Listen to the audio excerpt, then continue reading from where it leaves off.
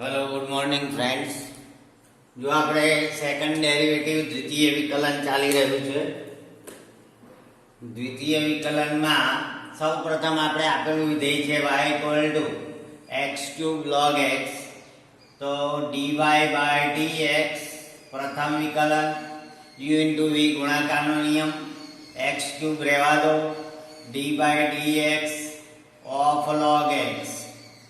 નાનો દાખલો હોય તો આ રીતે લખી શકાય, પ્લસ log x રહેવા દો, d by dx of x³. આ u ઇન્ટુ v નો નિયમ. એક વિધેય રહેવા દો, બીજાનું વિકલન, બીજું રહેવા દો પહેલાનું વિકલન. x³ રહેવા દઈએ છે, log x નું વિકલન 1/x પ્લસ log x રહેવા દઈએ છે, x³ નું વિકલન 3x² ઇક્વલ ટુ અહીંયા એક x કેન્સલ એટલે x² plus 3x² into log x. હવે જવાબ અહીંયા x³ છે અપોન x એટલે એક x કેન્સલ થશે, x² common, 1 plus 3 log x dy by dx. હવે સેકન્ડ ડેરિવેટિવ, આ તો એક વિકલન આવ્યું. ફરીથી again derivative with respect to x, x ને સાપેક્ષ વિકલન ફરીથી, એટલે therefore d dx of dy by dx, કારણ કે આ દ્વિતીય વિકલન ચાલી રહ્યું છે. x² રહેવા દો, વિકલન કરવાનું એટલે 3/x, સીધું વિકલન કરી દીધું, એક રહેવા દીધું, બીજાનું વિકલન, 1 નું 0, 3 અચળ, log નું 1/x એટલે 3/x plus 1 plus 3 log x અચળ એ રહેવા દો, અને x² નું 2x વિકલન થઈ ગયું એટલે આ થશે 3x plus 2x into 1 plus 3 log x equal to 3x plus 2x એટલે 5x પ્લસ, અથવા તો x કોમન લઈ એ સારું રહેશે, x common equal to x common 3 plus 2 plus 6 log x equal to x common 5 plus 6 log x. એ આપણો જવાબ છે. આ થઈ ગયું તમારું d2y બાય dx² દ્વિતીય વિકલન, x બાર 5 plus 6 log x.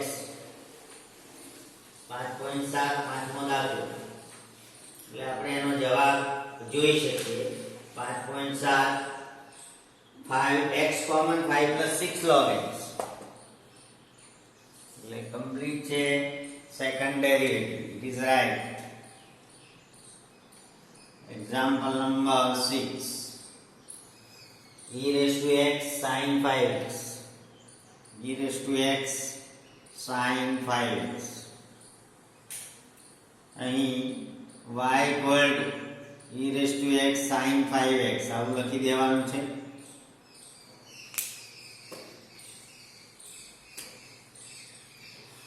હવે derivative with respect to x એટલે કે x ને સાપેક્ષ વિકલન, dy by dx equal e raised to x રહેવા દો, sin 5x નું 5 cos 5x, એક રહેવા દો, બીજાનું વિકલન પ્લસ બીજું રહેવા દો. એક સ્ટેપ લખવું હોય તો લખી શકાય, ગુણાકારનો નિયમ. કદાચ કોઈ મિત્રો ને તકલીફ હોય તો dy by dx equal e raised to x રહેવા દો, dy dx of sin 5x plus sin 5x રહેવા દઈએ, dy dx of e raised to x. આને કહે છે ગુણાકારનો નિયમ. e raised to x sin 5x નું 5 cos 5x અને plus e raised to x નું e raised to x sin 5x equal to e raised to x common into 5 cos 5x plus sin 5x.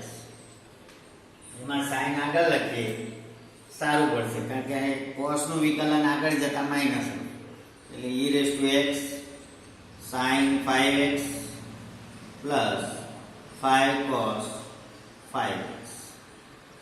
ફરી એકવાર sign 5x નું વિકલન cos 5x 5x નું 5 અને sin 5x અચળ e raise to x નું e raise to x પછી ખાલી ગોઠવ્યું છે. હવે દ્વિતીય વિકલન, હવે x ને સાપેક્ષ ફરીથી વિકલન કરતા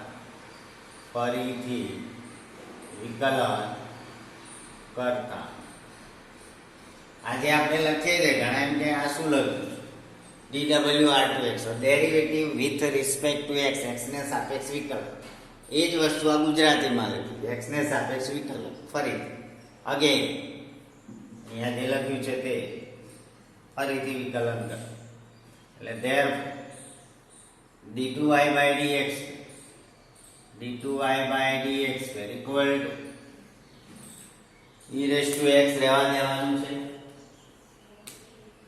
e raised to x રહેવા દઈએ, sin 5x નું 5 into cos 5x, sin 5x નું cos 5x 5x નું 5 અને cos 5x નું minus sin 5x minus sin 5x.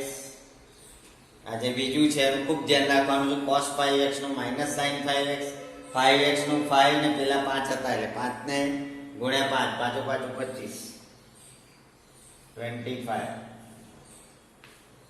ફરી એકવાર 5 તો અચળ છે. cos 5x નું minus 5 sin 5x, cos 5x નું minus 5 sin 5x એટલે માં પ્લસ 5 એમ જ cos 5x નું minus 5 sin 5x વિકલન આમ છે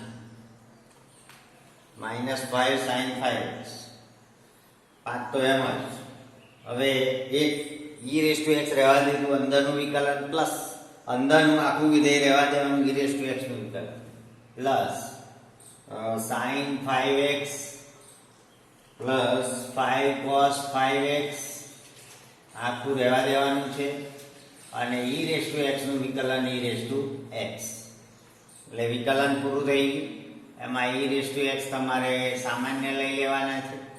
5 cos 5x minus 25 sin 5x plus sin 5x plus 5 cos 5x કારણ કે e raised to x તો બહાર છે એટલે e raised to x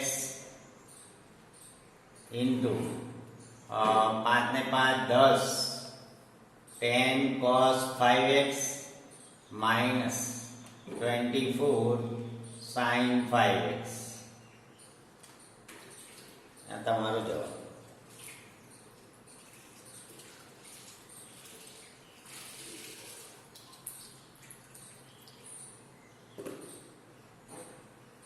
d2y by dx.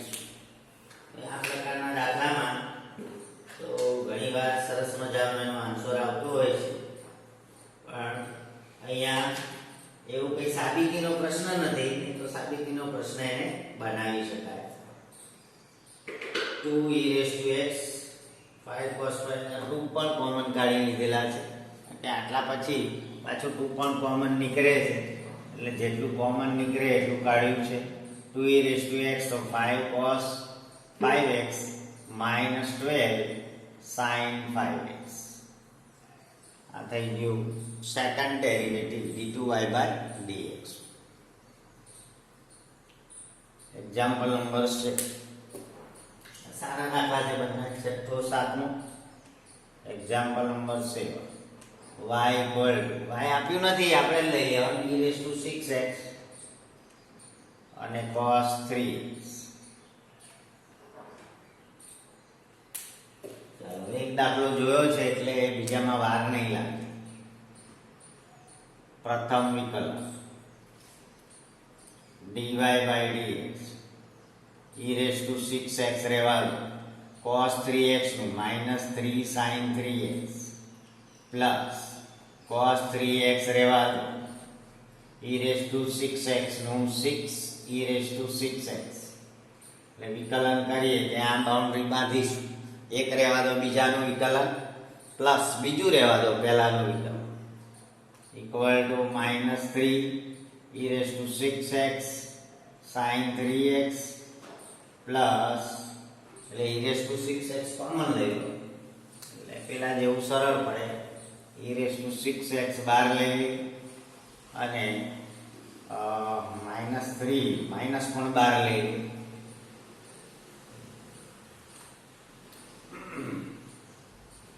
ત્રણ આવશે, ત્રણ કોમન છે એટલે 3e raised to 6x 3e raised to 6x minus sin 3x plus 2 cos 3x.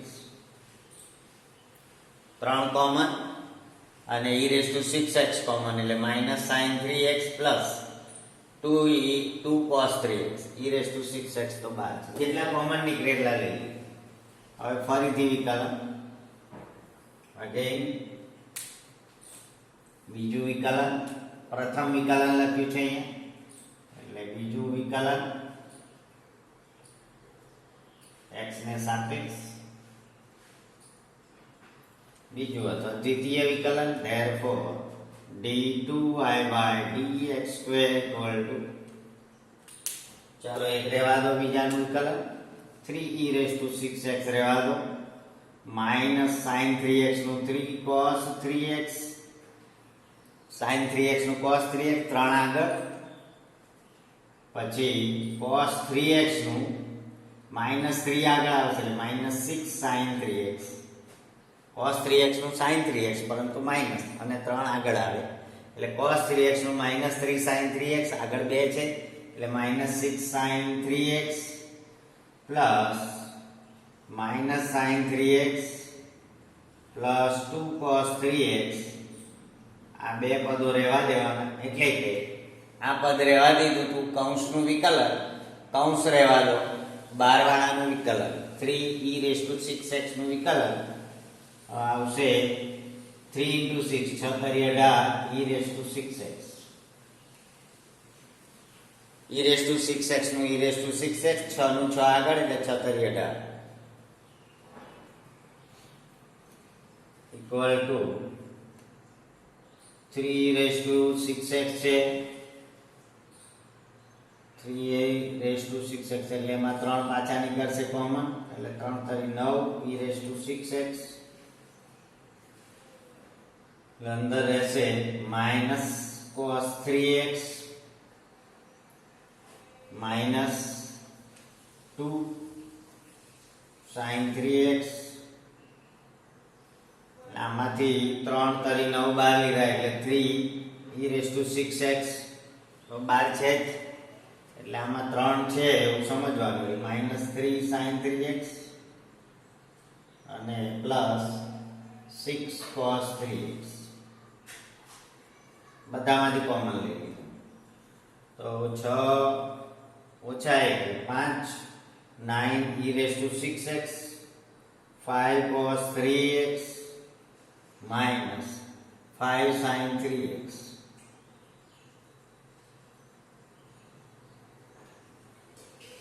ભૂલ ચૂક લેવી દેવી જોઈ લઈએ એક ગોઠવણમાં કોમન કાઢવામાં ભૂલ હોય તો સાદુરૂપમાં ભૂલ આવી શકે છે 9 e raised to 6x 3 cos 3x છે અને -4 sin 3x 3 e raised to 6x આનું -sin 3x 2 cos 3x ત્યાં સુધી બરાબર છે એક રહેવા દો બીજાનું વિકલન -3 cos 3x આનું માઇનસ આવે એટલે 3 × 6 -6 sin 3x એટલે 3 કોમન કાઢો તો 9 થાય એટલે -cos 3x અને અહીંયા -2 sin 3x આમાં 6 × 18 e raised to 6x ને આમાંથી 9 કોમન લીધા એટલે 2 ટોટલી 9 લીધા 9 લીધા એટલે અહીંયા 2 આવે, 2 sin 3x અને એટલામાં આ ખોટું છે, આમાંથી 9 કોમન છે, અહીંયા આપણે 9e6x આમાંથી જ વિચારવાનું, 9e6x કોમન છે એટલે -2 sin 3x અને અહીંયા 4 cos 3 એટલે 4 cos 3x એટલે 3 cos 3x અને 4 sin 3x. ફાઇનલ જવાબ આવશે તમારે. કોમન જે લીધું છે એમાં 9 કોમન છે, આપણે ડાયરેક્ટ લખ્યું છે સ્ટેપ, તો ફાઇનલ જવાબ આવશે 9e6x 4 cos 3x એટલે 3 cos 3x -5 sin 3x. આ ફાઇનલ જવાબ દ્વિતીય વિકલન d2y/dx એકદમ મોસ્ટ આઈએમપી દાખલો, છઠ્ઠો અને સાતમો 5.7 દ્વિતીય વિકલન 2e તો આગળ છે 9e6x 3 cos 3x -4 sin 3x, કારણ કે અહીંયા 2 એટલે 4 છે, 4 sin 3x કમ્પ્લીટ જ છે. આ દ્વિતીય વિકલન અહીંયા સાતમો દાખલો સ્વાધ્યાય 5.7.